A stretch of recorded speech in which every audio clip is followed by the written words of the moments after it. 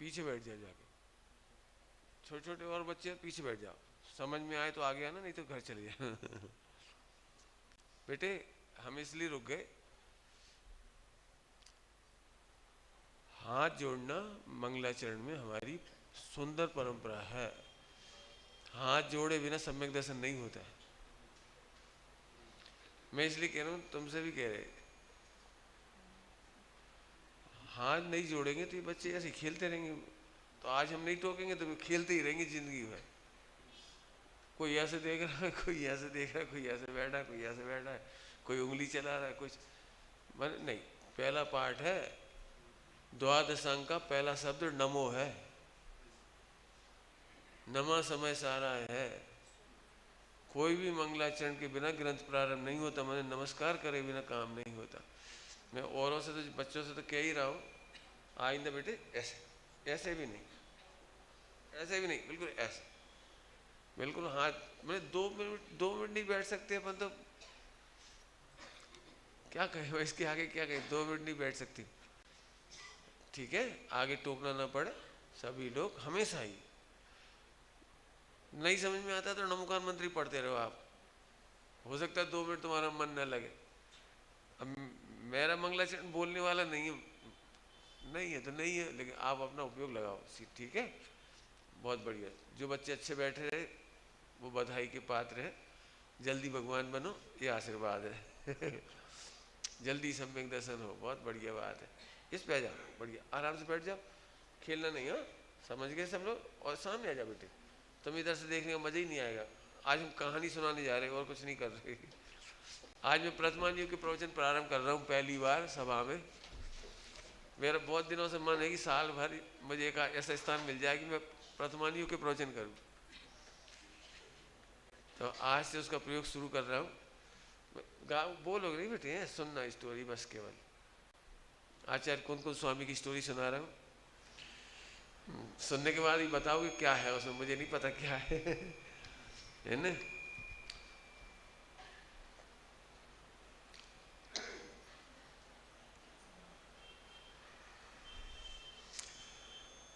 हाँ,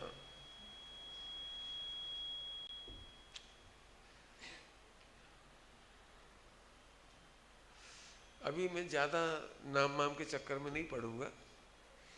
बस इतनी इमेज करो, एक छोटा सा गांव है, एक छोटा सा गांव है, कौन कौन पुर, कौन कौन नगर, जो भी तुम पुर ही होगा वो, नगर तो क्या होगा। छोटा सा गांव है दक्षिण भारत का।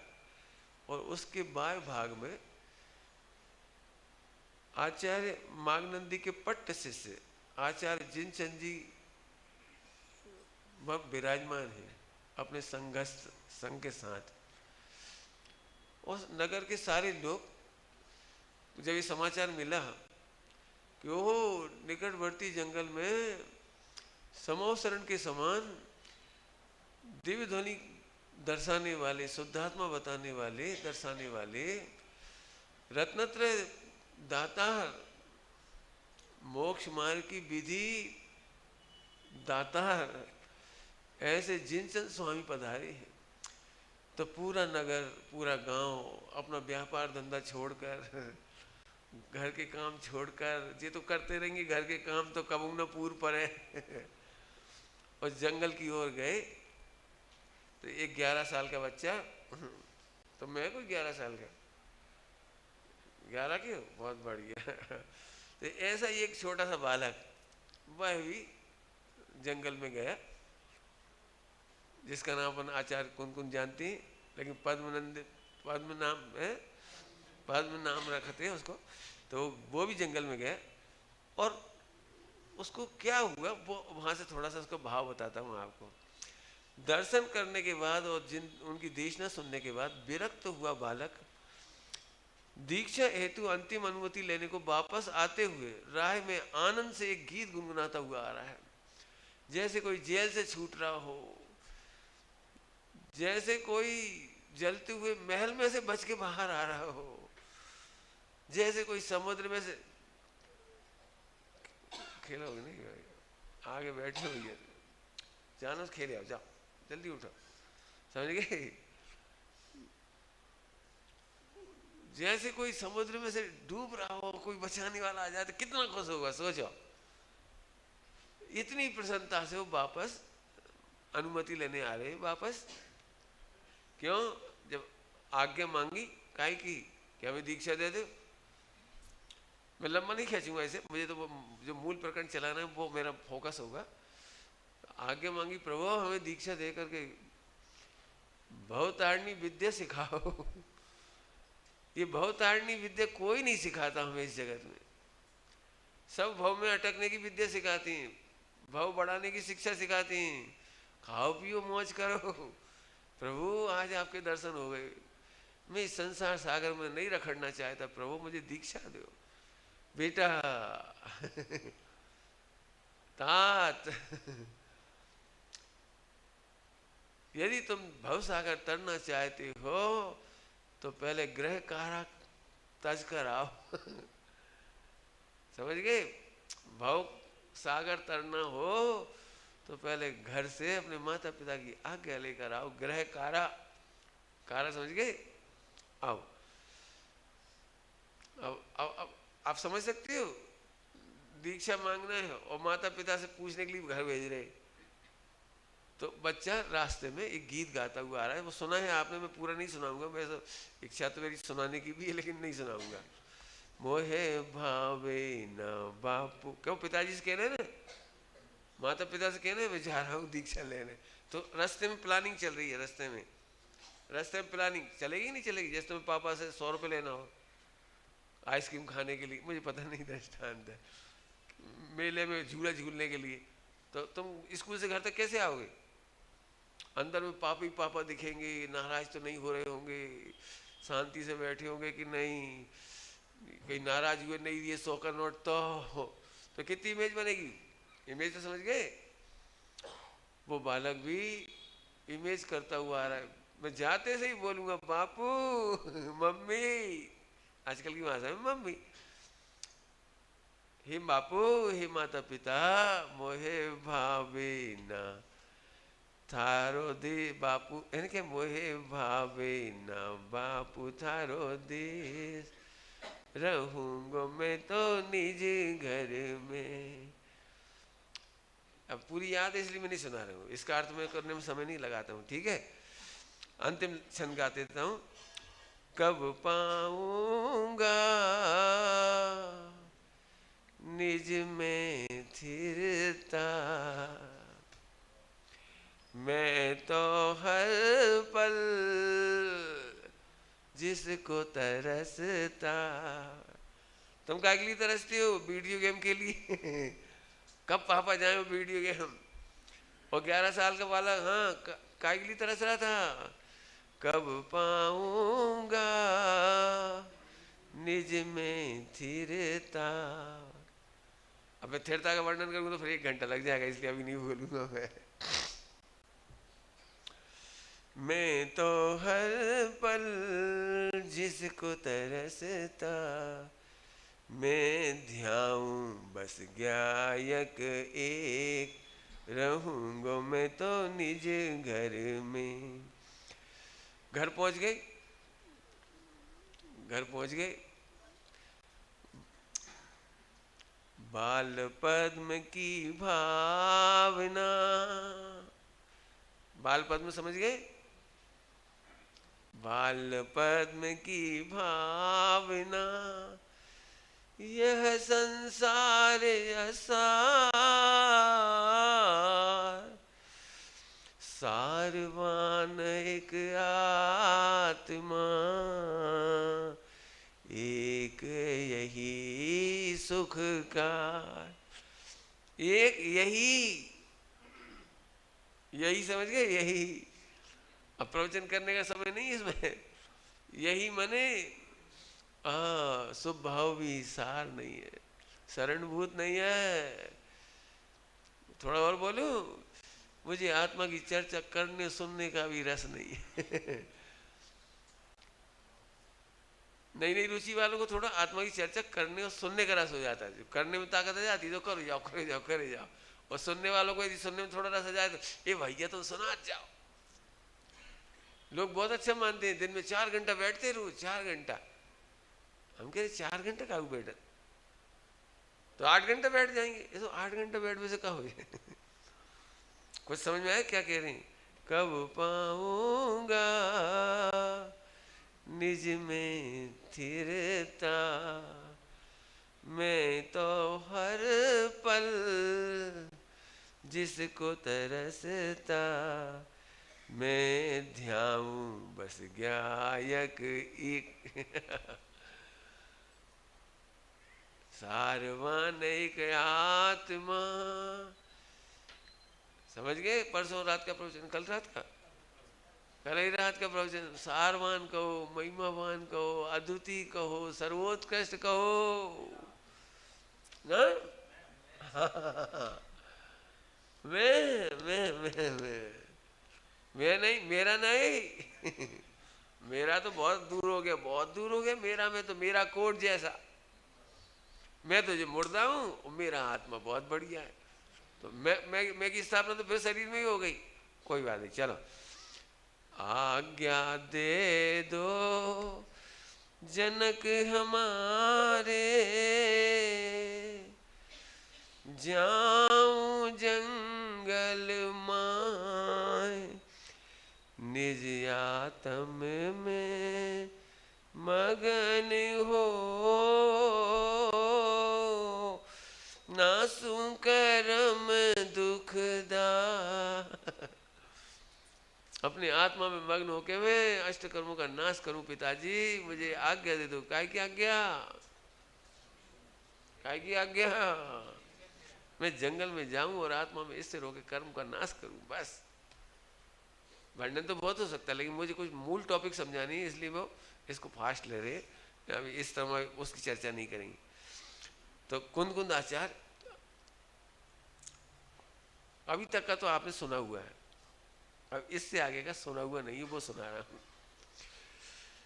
कुंद आनंद विभोर हो करके, माँ माँ, 11 साल का बच्चा कैसे बोलता है? कैसे बोलता है? एकदम घर में आते सही माँ माँ। छोटा सा 11 साल का बच्चा जब खूब खुश है, एकदम माँ माँ सुन तो।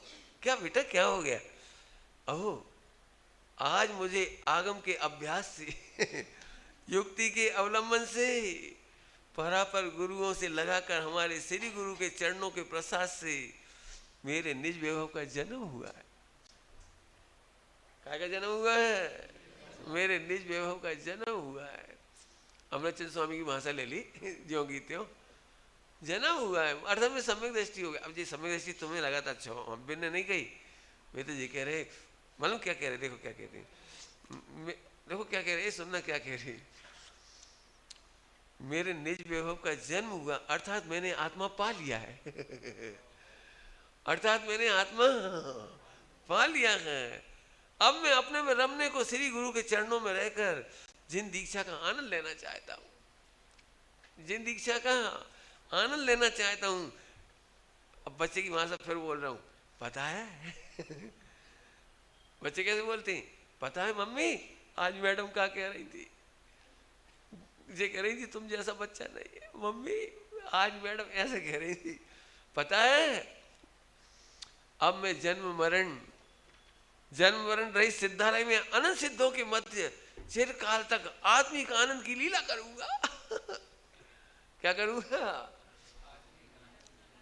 अनंत सिद्धों के बीच में रहूंगा। मम्मी हम जा रहे हैं। जैसे बारात में जाते हैं ना बच्चे छोटे छोटे, कितनी किलकारी मारते हो, हम जा रहे हो, वह मजा करेंगे। ऐसे ये कह रहे मम्मी, माँ तुझे पता है हम कहाँ जाएंगे? अनंत सिद्धों के बीच सिद्धालय में अनंत काल तक सुख की लीला करेंगे। लीला समझ गए? बच्चों की लीला। हाँ, चिरकाल तक आत्मिक आनंद की लीला करूंगा, आत्मिक आनंद की लीला। माँ को आत्मज्ञान पर आश्चर्य हुआ। 11 साल के बच्चे को सम्यक दर्शन हो गया, हमें तो भाव नहीं। अभी ये बच्चा अभ्यास जाग क्या दे, मम्मी आज हमने सुमत प्रकाश जी प्रवचन सुने, हम दीक्षा ले रहे हैं। हाउ इतने साल से हम भी सोई सुन रहे हैं उनके। हमें तो कछु भाव नहीं, तो क्या होगा? सुनना क्या कह रहे? माँ विस्मय से, बेटा कैसा आत्मा, कौन सा आत्मा, कहाँ है आत्मा? मुझे तो आज तक नहीं दिखा, तूने कैसे देख ला? कौन कौन बोला, कौन कौन बच्चे बालक बोला, मैं ही तो आत्मा हूं। देखो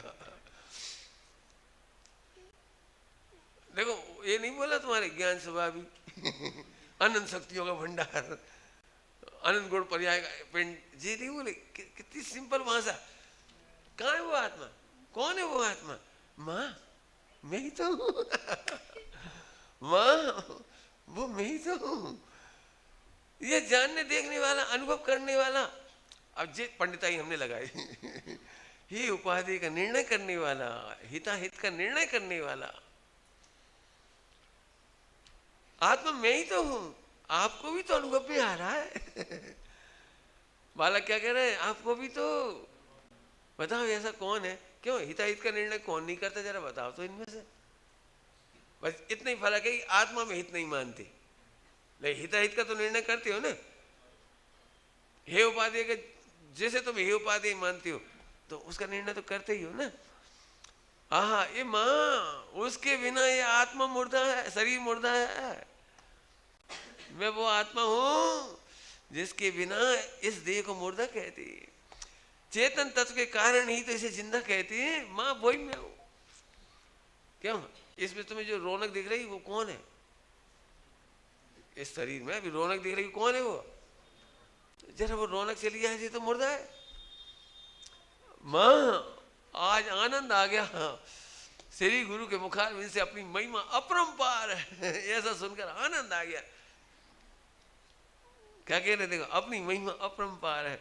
आत्मा की महिमा को हमने भोगों, इंद्रियों और बाह्य सामग्री से माना था।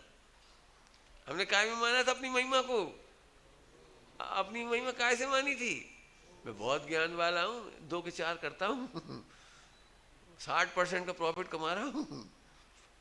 अब समझ लेने में ज्यादा नहीं बोलना चाह रहा। अभी तक हमने अपनी महिमा भोगों से मानी, माँ इंद्रिय और बाह्य सामग्री से मानी है, बस यही तो भूल थी। अब इंद्रिय एवं भोगों में सुख कौन मानेगा? कौन मानेगा? मैं तो बिल्कुल भी नहीं मानूंगा। अब तुम जानो। कितनी आनंद के शब्द है। माँ मुझे वो आत्मा मिल गया, मैं ही तो हूं। और कौन है वो? अब प्राय करके घरों में जो कुछ कहा जाता है वो सुनने लायक है।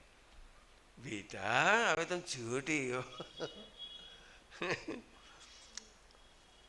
ठीक है बेटा, अभी तुम छोटे हो, घर में रहने की सलाह देती माँ। सुखी रहो घर माही बेटा, हट तजो मत जाओ बन माई। मत जाओ, माँ को बनमाही नहीं लग रहा, बनवास है ना।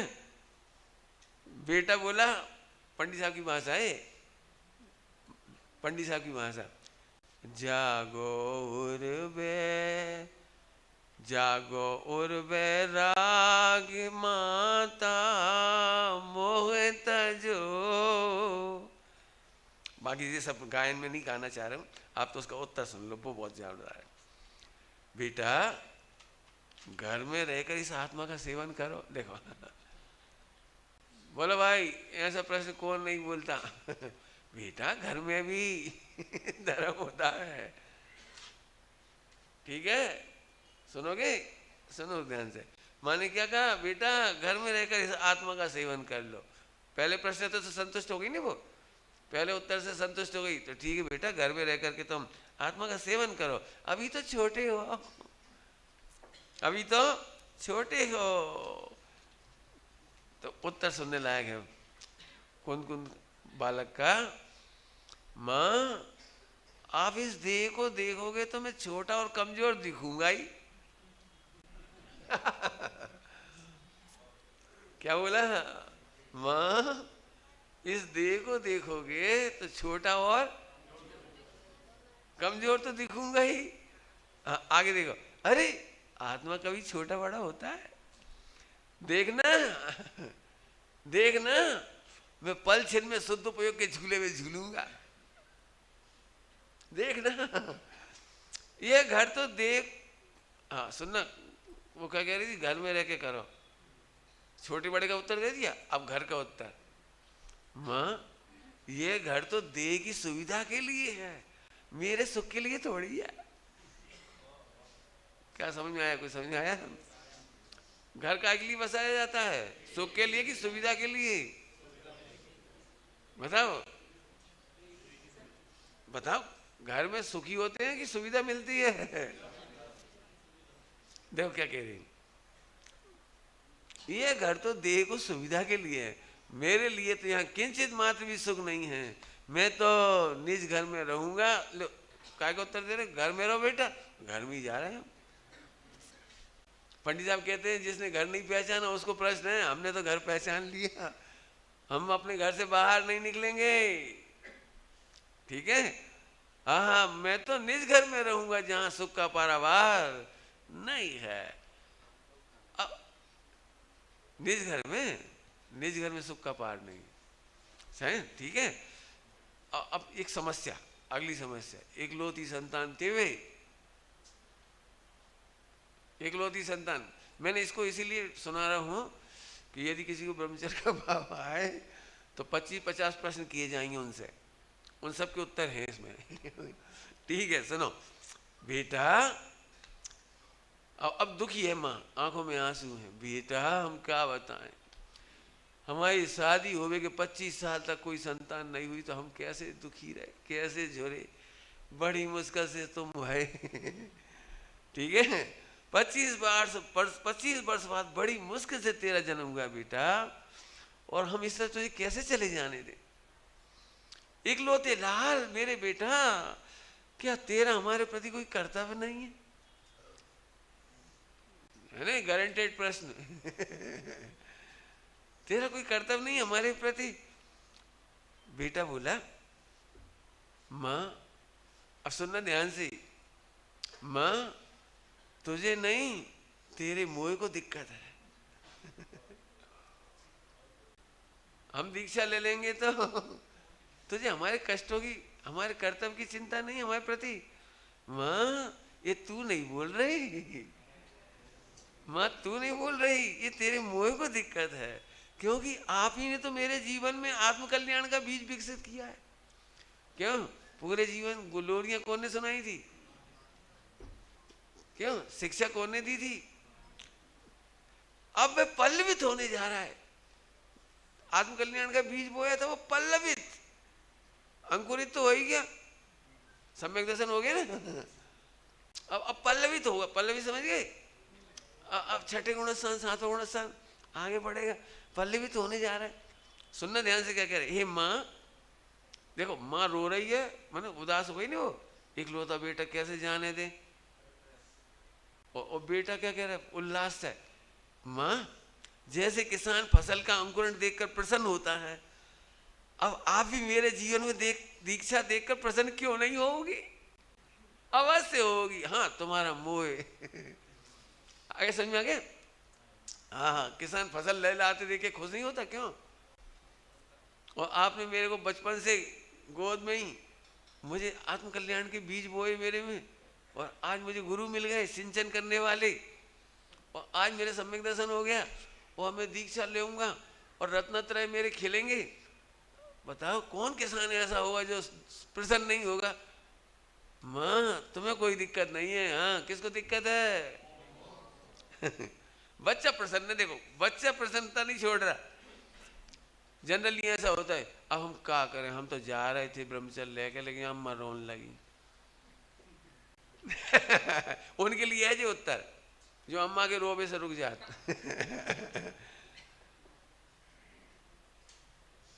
ठीक, आगे सुनो माँ, और सुनो माँ, आपको इस जन्म की दुर्लभता दिख रही है, परंतु आत्मा ने तो अनादि से कितने जन्म धारण किए हैं।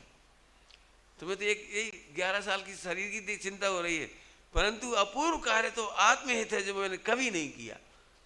तुम्हें एक ही जन्म मरण की तो चिंता है, मरना जाइयो, बीमार ना हो जाइयो, तुम्हें एक शरीर की चिंता है, और मुझे मेरे अनंत जन्म मरण न हो माँ, मुझे उस आत्मा की चिंता है। अतः मुझे इस देह की नहीं, हाँ मुझे आत्महित की चिंता है। आगे एक और, कौन सी लाइन रह गई है? बेटा हमारे प्रति कुछ कर्तव्य है कि नहीं? क्यों? धर्म ऐसा सिखाता है कर्तव्य ही मत करो। तो उसका उत्तर सुनो, मां राग में कर्तव्य का जन्म होता है। क्या बोला? राग नहीं है तो अब बताओ कर्तव्य कैसे होगा? पॉइंट पकड़ में आया? क्यों? पैसा कब कमाना पड़ता है? जब पत्नी का राग है, बच्चों का राग है। क्यों? कितना ज्यादा पैसा कमाते हो तुम? बोलो भाई, गृहस्थ लोग कितने ज्यादा पैसा कमाते हैं? बोलो। जितना ज्यादा राग है। पंडित जी हमने बहुत कष्ट उठाए, हम चाह रहे हमारा मोड़ा पहले से ही करोड़पति हो जाए, बिल्कुल ना जाना पड़े उसे, कमाना ही ना पड़े उसे, तकलीफ नहीं उठानी पड़े। तो आपको जितना राग है उतना कमाते हो, ठीक है? क्यों? महिलाएं कितना बना बना के खिलाती हैं। जितना राग है, सही बात है ना? पति और पुत्र के लिए जितना भोजन बना बना के, नए नए मिष्ठान बना बना के खिलाती है, देवर के लिए कितने खिलाती हैं? देवर समझते हो? अरे आज हमें देवर को बहुत अच्छा लगा जब हम बना रहे हैं उनके लिए आज इमरती। मुझे नहीं पता। काय का उत्तर दे रहा हूं? राग में से कर्तव्य का जन्म होता है। मां आगे सुनना, बहुत सुंदर लाइन है। वीतरागता में समस्त कर्तव्य अस्त हो जाती है। क्या बोला? वीतरागता में, एक बार बोलो जरा क्या कह रहे? वीतरागता में, समझ में आया मैंने क्या कहा है? माता पिता का राग रूपी कर्तव्य तो छोड़ो, पंच परमेष्टि के प्रति का भी राग रूपी कर्तव्य वो भी अस्त हो जाता है। कौन से कर्तव्य अस्त हो जाते हैं? षटकर्माणी देने देने नहीं, एक कर्माणी। कर्माणी भी नहीं बोलेंगे फिर उसके लिए, तो एक ही सब अस्त हो गया बाकी का, ठीक है? मां यदि मैं गृहस्थ जीवन में रहूं तो मेरे भी सारे कर्तव्य हैं। माता की चिंता हम भी करेंगे कब? शादी करेंगे तब। अब शादी नहीं कर रहे तो क्यों? ऐसा हो सकता है? मुनि दीक्षा लेने के बाद क्या बताएं भैया, मम्मी की बहुत याद आ रही, बीमार हैं आजकल, हमने सुनी है बीमार हैं, बड़ी बड़ी चिंता हो रही। कुछ समझ में आया? वीतरागता में समस्त कर्तव्य अस्त हो जाती है। हाँ माँ, यदि मैं गृहस्थ जीवन में रहूं तो मेरे भी सारे कर्तव्य हैं, लेकिन जब मैंने आत्म कल्याण कर लिया उसके बाद कितना प्रवचन हो सकता है इस पर? बताओ। दीक्षा लेने के बाद राजा का राज्य लुट गया, राजा ने दीक्षा ले ली और राज्य लुट जाए, सेना आ जाए, तो मुनिराज क्या करेंगे? अब हमारा कोई कर्तव्य नहीं रहा। अरे कितनी सुंदर है, घरों पे तिलक करके चले गए। बच्चे का समाचार भर सुना, समाचार कि बच्चे का जन्म हो गया और चले गए।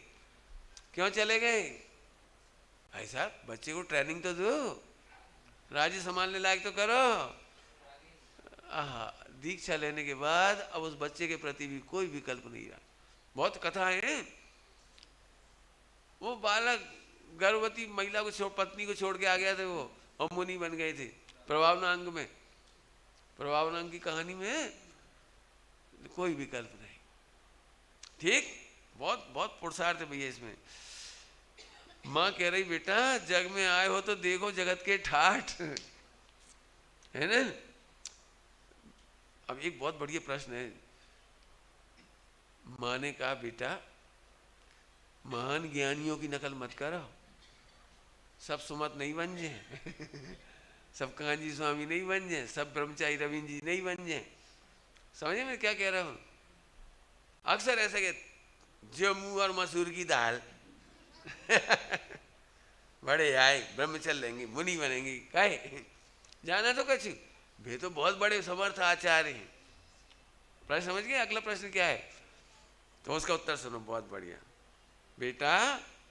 ये बड़ी बड़ी बातें आचार्यों को ही शोभा देती हैं। कौन सी बड़ी बड़ी बात? वीतरागता में समस्त कर्तव्य अस्त हो जाती है। और गृहस्थ जीवन में हो तो समस्त कर्तव्य मेरे लिए भी उदित होती। बेटा ये आत्मा सार है, महान है, भगवान आत्मा है। कौन को शोभा देती बेटे? बड़े बड़े आचार्यों को, ये प्रश्न है उनका, है ना। वे तो महाज्ञानी होती, हाथ जोड़ के बोली, वे तो महाज्ञानी होती, उनसे अपनी तुलना मत करो बेटा, अभी तो यहीं रह के धर्म करो। अब बेटे का उत्तर सुनो। बेटा बोला, पता है माँ, आचार्य देव भी पहले बच्चे थे। क्या बोले? आचार्य देव भी पहले बच्चे थे। जब उन्होंने दीक्षा ली थी तब उन्हें भी अक्षर ज्ञान तक नहीं था। उस जमाने में 2000 वर्ष पहले दीक्षा हो जाती थी और अक्षर ज्ञान नहीं होता था। कितने मुनिराज स्लेट पे पढ़ने लिखने सीखते थे पता है? मुनि बनने के बाद वो स्लेट पे लिखते, छोटा बड़ा, छोटी बड़ी।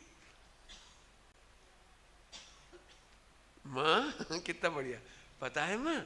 11 साल के बच्चे की कल्पना करो यार, ऐसे बोले, पता है माँ, आचार्य देव भी पहले बच्चे थे, जब उन्हें दीक्षा ली थी तब उन्हें भी अक्षर ज्ञान तक नहीं था, परंतु आहा, अब सुनो, हाँ क्या बढ़िया, परंतु गुरु सेवा से, आज्ञा वर्तन से, बोलो बेटे क्या कहा? गुरु सेवा से, आज्ञा वर्तन से आज आप ही नहीं, सारा विश्व उन्हें महाज्ञानी आत्मज्ञानी कहता है। कह रहे हो कि नहीं? बच्चे की मां से बताओ, कह रहे कि नहीं कह रहे? जी वे ही हैं जिन्हें अक्षर ज्ञान नहीं था, लेकिन 2 काम करे थे। क्या करे थे बोलो? हम क्या बताएं, प्रवचन करे तो इसी पे रोकना पड़ेगा। गुरु आज्ञा, आज्ञा वर्तन, गुरु सेवा और आज्ञा वर्तन। ओहो, बहुत बहुत बहुत गहरे शब्द हैं। गुरु सेवा, गुरु सेवा क्या कर रहे? रुक जाए, यहीं पे रुक जाए।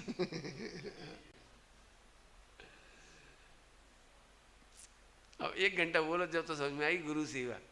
कछु नहीं, झाड़ू लगा दे, हाथ पैर दबा दे, और कछु कपड़ा धो दे, और बोलो आहार करा दे, और बोलो उनके ग्रंथ लाके ऐसे कर दे।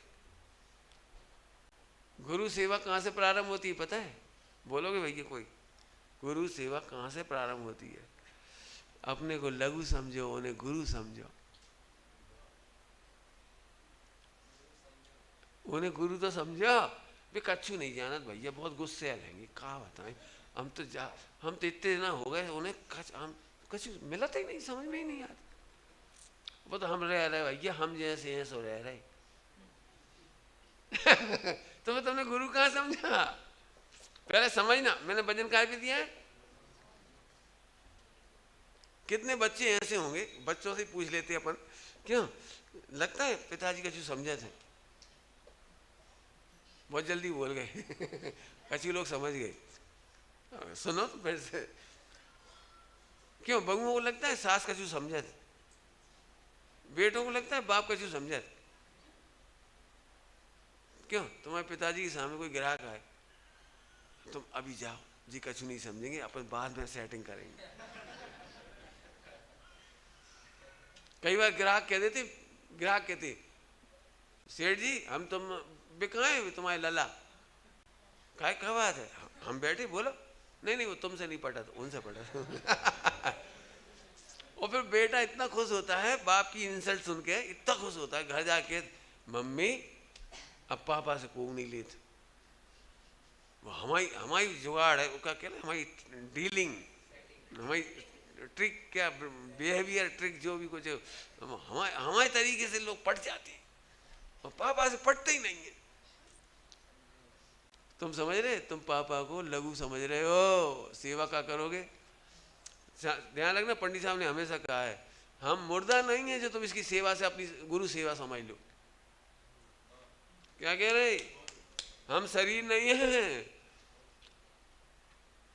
पंडित जी थक गए तो हाथ पैर दबा दिए, मालिश कर दी, फला कर दिया, कपड़े, जो भी कुछ।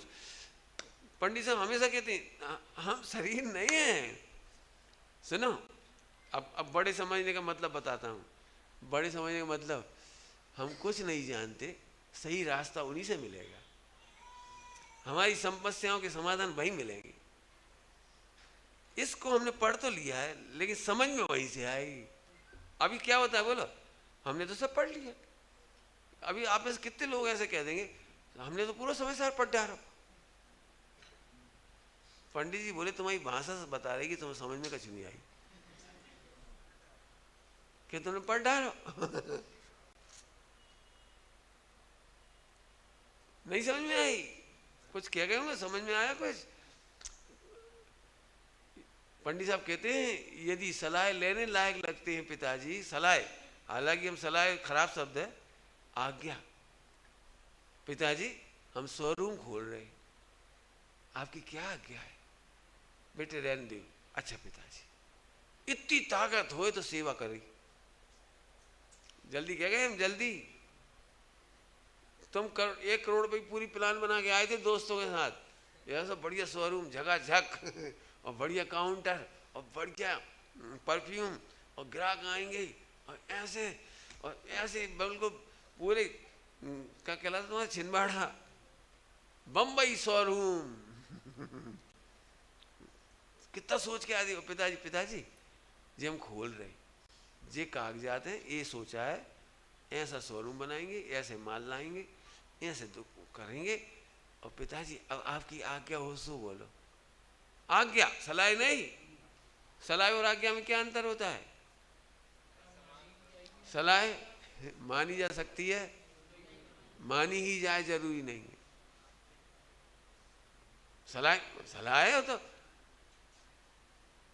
लेकिन आज्ञा, पंडित साहब की भाषा में बोलो बढ़िया, आज्ञा अविचारणीय, विचार करने लायक नहीं होती। पंडित साहब ने कहा जा बेटे एक काम करो, ठीक है विचार करेंगे। गुरु की हत्या ही कर दी आपने। क्या कह रहे, अब मैं क्यों पढ़ा रहा हूं? गुरु शिष्य तो समझो ही, सास बहू के बीच में भी बाप, असल में कल्चर पूरा ही खराब हो गया जी। बेटा पिता को ऐसे कहता है, अच्छा पिताजी हम सोचेंगे। क्या तुम क्या सोचोगे? क्यों? प्रधानमंत्री की फाइल पर क्लर्क सोचेगा? प्रधानमंत्री ने कहा भैया ऐसे ऐसे सैंक्शन कर दो, और क्लर्क बोले मैं सोचूंगा। बड़ा कौन है ये तो बोल।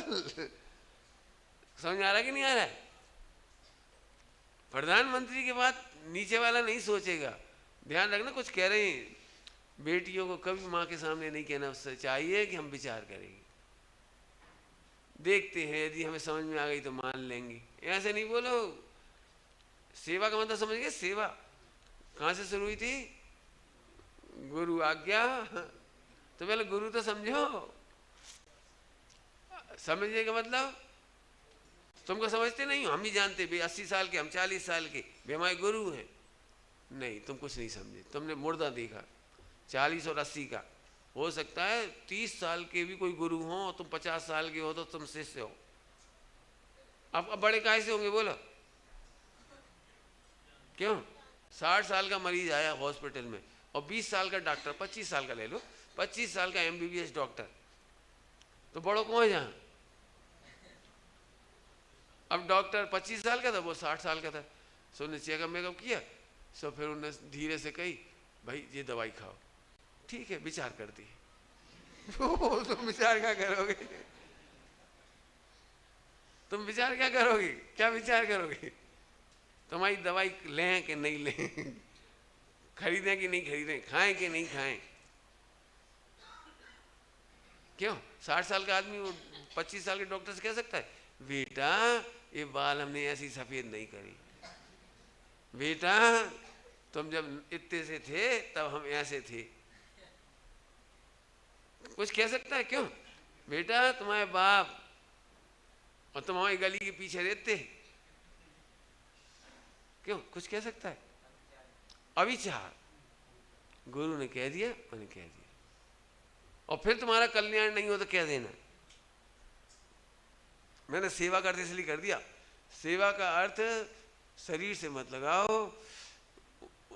पंडित साहब कहते कुछ भजन देना सीखो, बड़ों को भजन देना सीखो।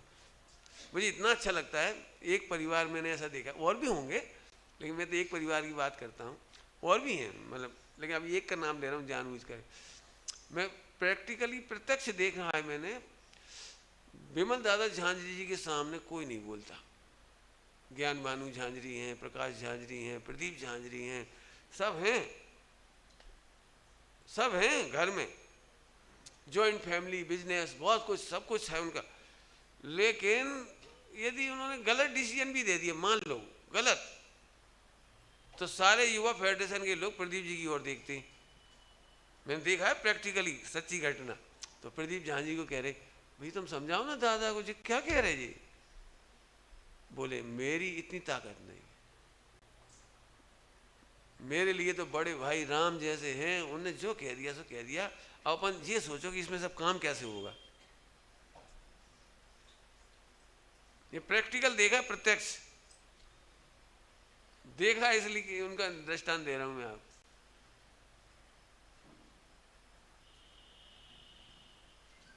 बहुत आज्ञा मानने में यदि हम कहें ना, तो कसायों का बहुत आकर्षण होगा, तब मान पाओगे। और तीव्र कसाय होंगी तो बोलोगे भैया, कोई अपने घरों के डायलॉग सुने हो तुम लोगों ने, या तुमने सुनाए हो मम्मी को सुनाएंगी, पापा से तो कह नहीं सकते, पापा तो बकत रहे थे जब देखो जब उल जलूल बातें करत, हम तो भैया उनकी सुन सुन के थक गए। अब बताओ क्या सेवा करोगे? समझ में आया कुछ? ऐसे ही मोक्ष मार्ग में गुरुओं को गुरु मानना, मैं जानता हूं, मैं जो कह रहा हूं ना, बहुत बड़ी तपस्या है। ऐसा लग रहा है 1 घंटा भी कम है।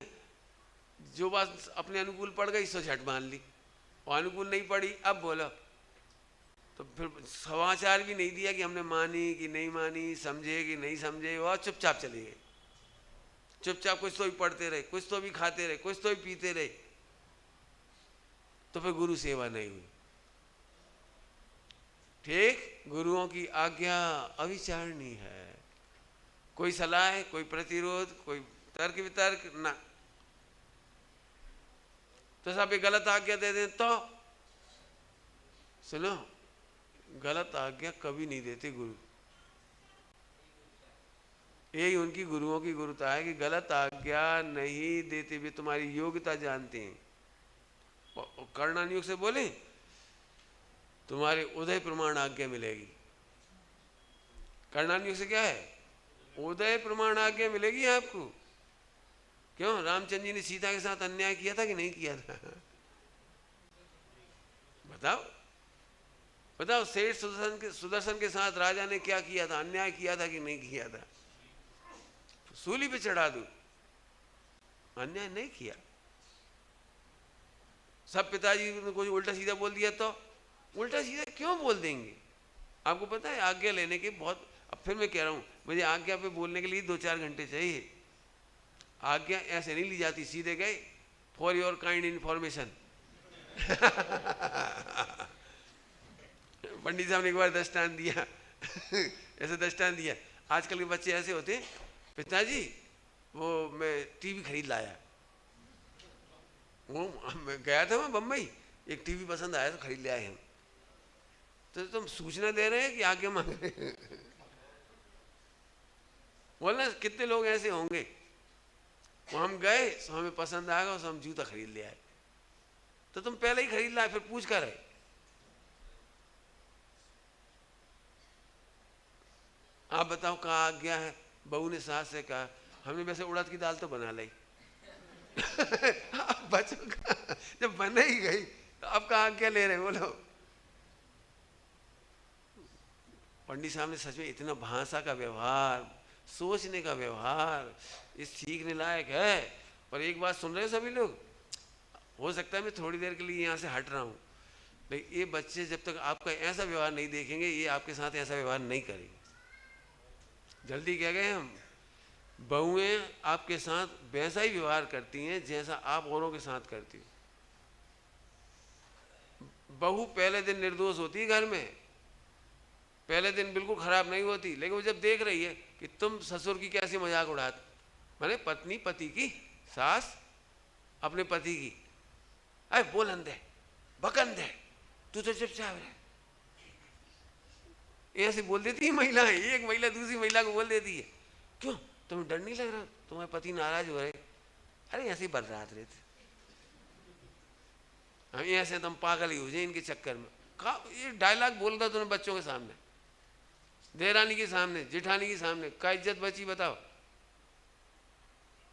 आप फिर कह रहा हूँ, आप मेरे को यदि पोस्टमार्टम करवाओगे कुछ कह रहा हूँ भैया, ये कल्चर आने लायक है, इसके बिना तुम दीक्षा नहीं ले पाओगे, ये कह रहे हैं। जो अपने माता पिता के पास ही संस्कारी नहीं होगा, वो पंडित साहब को, पंडित साहब यही कहते, बेटा आजकल तो मिला ही नहीं, हम करें क्या।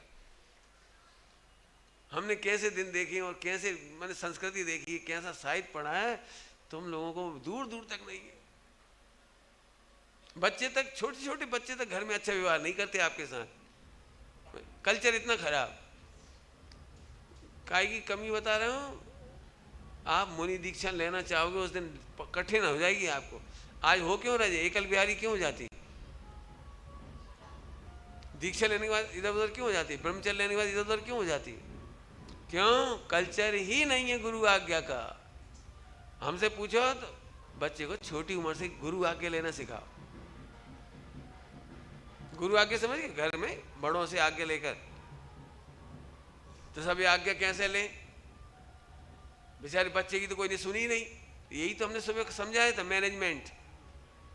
पता है गुरु कुछ नहीं बोलते, सुनते बहुत है। ससुर होते हैं घर में, बोलते नहीं है, सुन लेते हैं, सबकी सुन लेते हैं, सबकी सबकी, और चुपचाप बैठे रहे।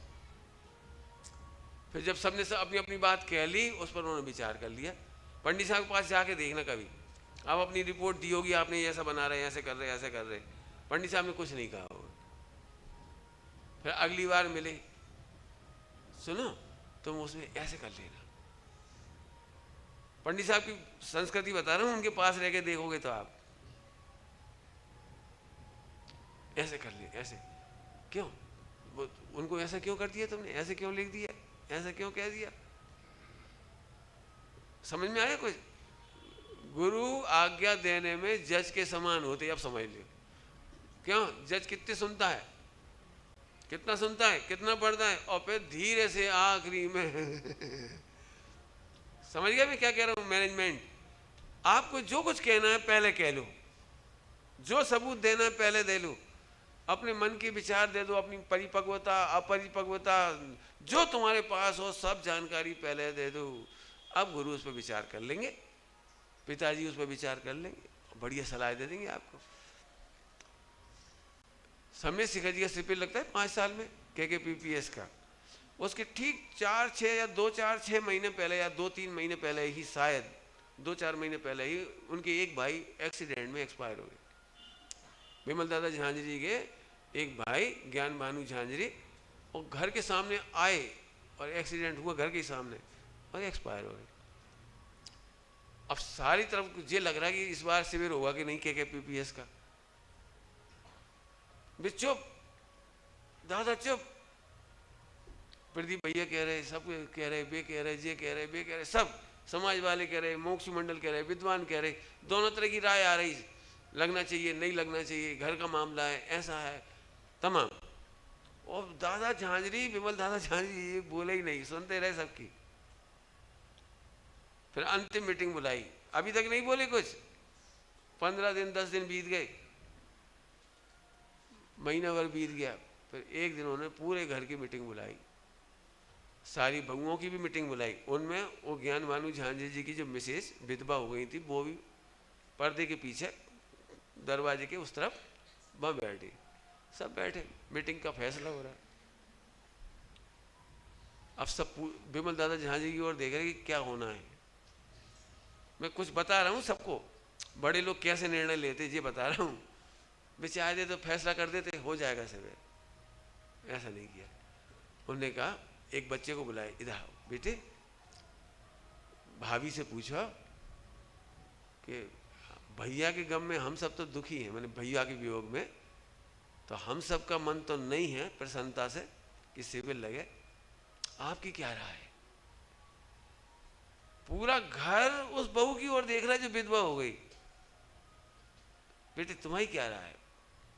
उन्होंने वहां से कहा अब वे तो चले ही गए, उन्होंने खूब तैयारियां की थी, उन्होंने भावना भाई थी खूब शिविर लगाने की, शिविर लगाने की, तो उसी तैयारी में चले गए थे वो।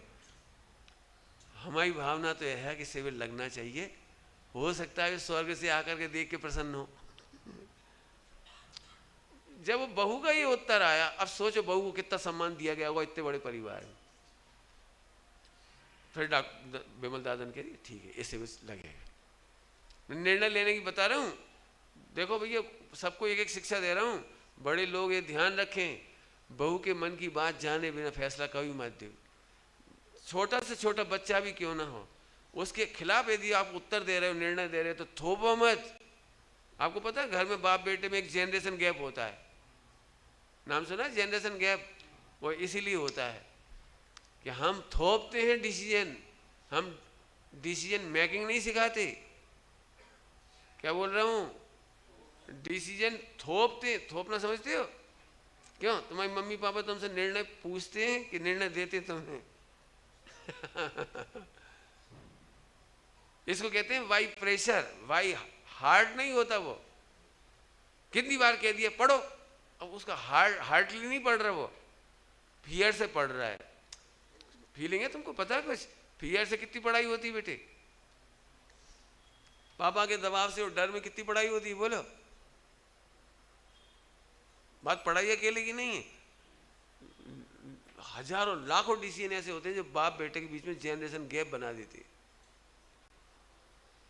मैंने नागपुर में पेरेंटिंग प्रवचन किए, पेरेंटिंग, उसमें इस पर 1 घंटा बोला हूँगा कि हमेशा बच्चों को डिसीजन मेकिंग सिखाओ पेरेंटिंग में। मैं उसकी अभी चर्चा नहीं करूँगा। उसमें ये बताया 4 साल के बच्चे से कैसे आप डिसीजन मेकिंग सिखाएं, 6 साल के कैसे सिखाएं, 8 साल वाले को कैसे सिखाएं, 12-14 साल को कैसे सिखाएं। मैं अपनी भाषा में बोलूँ, मुझे आप सबके जीवन को देखकर, अपने जीवन को देख के, अपने परिवार को देख करके एक लाइन मैंने बोली जो अभी बोल दी, हमारे घरों में डिसीजन थोपा जाता है, डिसीजन मेकिंग नहीं सिखाई जाती। कहाँ से आ गई बात? गुरु की सेवा आज्ञा। तो हाँ, गुरु सेवा कैसे शुरू होगी बोलो प्रदीप, बोलो गुरु सेवा कैसे शुरू करोगे? सही बता रहे, 90 नहीं 99% गलतियां होती है शिष्यों से, गुरु नहीं समझते। जी बात बता दी पंडित जी को, खुश हो जाएंगे, जी बात बताइयो, सब मत बताऊंगा, सब कहा कह दे तुमसे। ऐसी बात सोचने वाला गुरु को गुरु नहीं समझता। मैंने कुछ कहा, गुरु को गुरु नहीं समझता, वे तो गुरु हैं, वे तो गुरु हैं, तुम गुरु को गुरु नहीं समझ रहे। जे छिपा दियो, जे बता दियो, जे मायाचारी कर रहे। शिष्य मायाचारी का पिंड नहीं होता।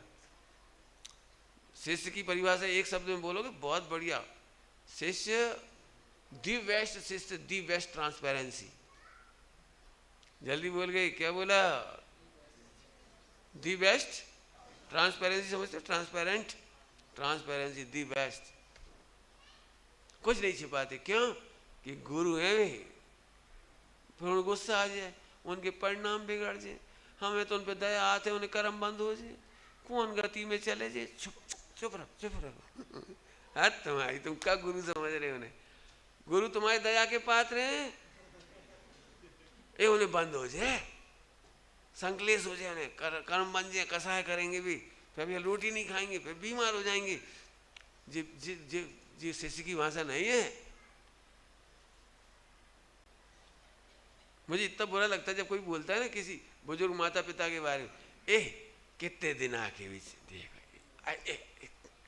मुझे इतना बुरा शब्द लगता है। माता पिता या गुरु के बारे में कोई यहाँ से बोलता है, अब कितने दिन आगे, जी क्या उत्तर है? आप समझ गए होगे इतनी देर में ही। पूरी परंपरा, भाषा का व्यवहार, घर में समझने का व्यवहार बड़ों को बड़ा नहीं समझती। इसलिए मैंने ये पढ़ाया है। इसको पढ़ाने के पीछे मूल उद्देश्य यही है कि पूरी कथा में मैं बालक का संस्कार बताऊंगा, गुरु का और माता पिता का। देखना आप कहाँ तक स्टोरी जाएगी।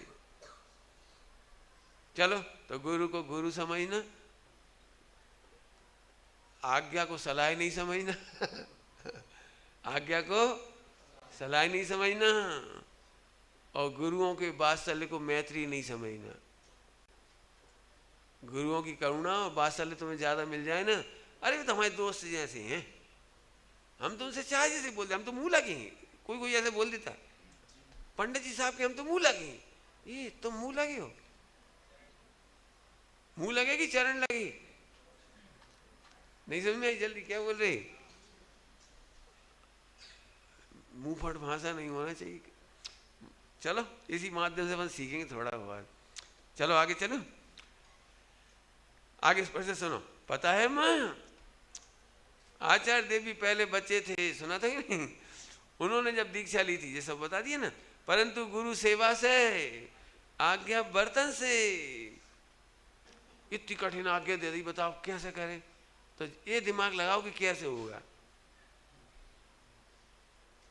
क्यों? तुम्हें 10 करोड़ की नौकरी मिल जाए, मिल जाती ना पैकेज 10 करोड़ का, तो 10 करोड़ हंस के थोड़ी दे रहा तुम्हें। वो हंस के तब देगा जब 100 करोड़ का पैकेज का काम तुमसे करवा लेगा। ये सब 100 करोड़ तो बहुत हो गए, हम कहाँ से लाएंगे? कहीं से लाओ, खुलवाओ एफडी, बनाओ ग्राहक। कैसे बनाओगे हमें क्या पता, हमने तो टारगेट दे दिया। ऐसे गुरुओं ने कहा तेरे आत्म कल्याण के लिए इतना पढ़ना जरूरी है, निर्णय करना जरूरी है, तो करो, हमें नहीं मालूम। देखो मैं शिष्य के नाम से आप सबको कह रहा हूं, कभी ये मत सोचो हमें समझ में ही नहीं आता। इस श्रोता की सबसे बड़ी गंदी भाषा, हमें समझ में ही नहीं आया, हमारी बुद्धि काम नहीं करती। पंडित साहब इसके लिए बहुत अच्छी भाषा बोलते हैं, कर्णानियोग की भाषा। जो ये सोचते हैं हमारी बुद्धि काम नहीं करती, वे एक इंद्रिय में चली जाती है, असंगी हो जाती हैं, असंगी। जो कहते हैं हमें समझ में नहीं आती, वे समझने लायक नहीं बचेंगे। क्या गजब है, तुम व्यापार समझ सकती हो, क्यों अंतरिक्ष समझ सकत, और कर्नाटक के चुनाव में क्या हुई जो समझ सकत, और आईपीएल में अब किसी को जीते को जो समझ सकत। करोड़ों के, अरबों के, खरबों के टर्नओवर समझ सकत, जी आत्मा नहीं समझ सकते। आत्मा नहीं भी समझ में आए ना, तो ऐसी भाषा नहीं बोलना कि हम समझ नहीं सकते। गुरुदेव श्री ने इसका जवाब दिया है, समझ का पिंड कह रहा है हम समझ नहीं सकते। क्या बोला? समझ के पिंड क्या कह रहे, हम समझ नहीं सकते। कैसी बात कर दी तुमने? स्वामी जी ने प्रवचन करते करते कहा, एक व्यक्ति ने कह दिया बड़ी सभा में, हमें समझ में ही नहीं आता, हम निर्णय नहीं कर पाते। मैंने हम निर्णय नहीं कर पाते। स्वामी जी ने पूछा, बोलो सेठ 13वां गुणस्थान हुए थे, वे सर्वज्ञ हुए कि नहीं हुए? क्या? ओहो, तू 13वें गुणस्थान का निर्णय कर सकता है, उनकी सर्वज्ञता का निर्णय कर सकता है, और तू अपना निर्णय नहीं कर सकता। क्यों? तू सर्वज्ञ को सर्टिफिकेट दे रहा है। हाँ सर्वज्ञ, सर्वज्ञ मतलब लोक के ज्ञाता एक समय में। ओहो, तू एक समय की केवल ज्ञान की पर्याय सर्वज्ञ लोक ज्ञाता, इसका निर्णय कर सकता है। और हाँ मैं आत्मा हूं, ये निर्णय नहीं कर सकते। गुरुदेव क्या बोलते थे इसके आगे, वो क्या कहते हैं, अपनी आत्मा ने आड़ ना दे। आड़ समझते हो? अपने को धोखा मत दो। गुजराती में बोलते क्षेत्रो नहीं, अपने आप को ठगो मत, कभी नहीं बोलना। तो फिर पंडित जी क्या बोले, कई बार पंडित साहब के सामने सब आई बातें, तो वे कहते नहीं वो हमारा अभिप्राय तो जो ही था। पंडित जी कहते नहीं अभिप्राय सही है तो भाषा सही निकलनी चाहिए। तो मैं बता दे रहा हूँ तुम्हारी भाषा यदि नहीं भी समझ में आए तो हम समझने का प्रयास करेंगे, समझ में तो आएगी। हमारी चीज समझ में क्यों नहीं आएगी, समझ में तो आएगी। मतलब कोई लड़के को शादी करना होती है तो कभी वो ऐसा कहता समझ में नहीं आ रही, समझने की कोशिश करता है, तब तो शादी करेगा। एक काम करो, जैसे समझ में नहीं आ रही डिक्लेयर कर दो लड़का समझ रहित है। क्या करो, तो मैं को दे देखो लड़की तुम्हारे जो समझ रही थे। तो ये तो नहीं कहते ना समझता ही नहीं है बच्चा, ये कहते देखो समझने की कोशिश कर रहे हैं, समझने का व्यवहार कर रहे हैं, समझ में आ जाएगी। कोई बात समझ में नहीं आ रही, मैंने कोई बात बैठ रही, जो ट्यूनिंग कुछ होता है ना ऐसा जो समझते हो तुम लोग, ऐसे यहाँ समझना। कभी मत बोलो भगवान की वाणी कठिन है, हमें समझ में नहीं आती। कितनी बढ़िया बढ़िया भाषा है शिष्य की। प्रभु आपने तो मार्ग सुगम और सरल ही कर दिया है, परंतु हम वक्र प्राणी हम दुष्ट चित्त, हमारी कठोर चित्त भूमि इसे स्वीकार नहीं कर पा रही। हम भक्ति से इसे कोमल करेंगे। क्या कह रहे हैं? हम भक्ति से इसे कोमल करेंगे। आपके वचन हमारे चित्त भूमि में क्यों नहीं पल्लवित होंगे, क्यों नहीं अंकुरित होंगे? हम तो आज के वचन सुन के इतना समझ गए कि मेरे अल्पकाल में रत्नत्रय को प्राप्त करूंगा ही करूंगा। लो, ये नहीं बोला कभी कभी हमें समझ में नहीं आई तो बस तुम क्या बोल रहे? सही सलाह है, नहीं समझ में आई तो अभी इतनी बात तो समझ में आ गई कि हित इसी में है। सम्यक दर्शन इतने में हो जाता है, मेरा हित इसी में है। टोडामल जी साहब ने क्या लिखा है 7 तत्व के बारे में? यही हित रूप है ना, लिखा ना। इसमें तो मेरा बहुत बहुत 6-7 तत्व वाली बात है, अलग है थोड़ी। चलो देख लेना।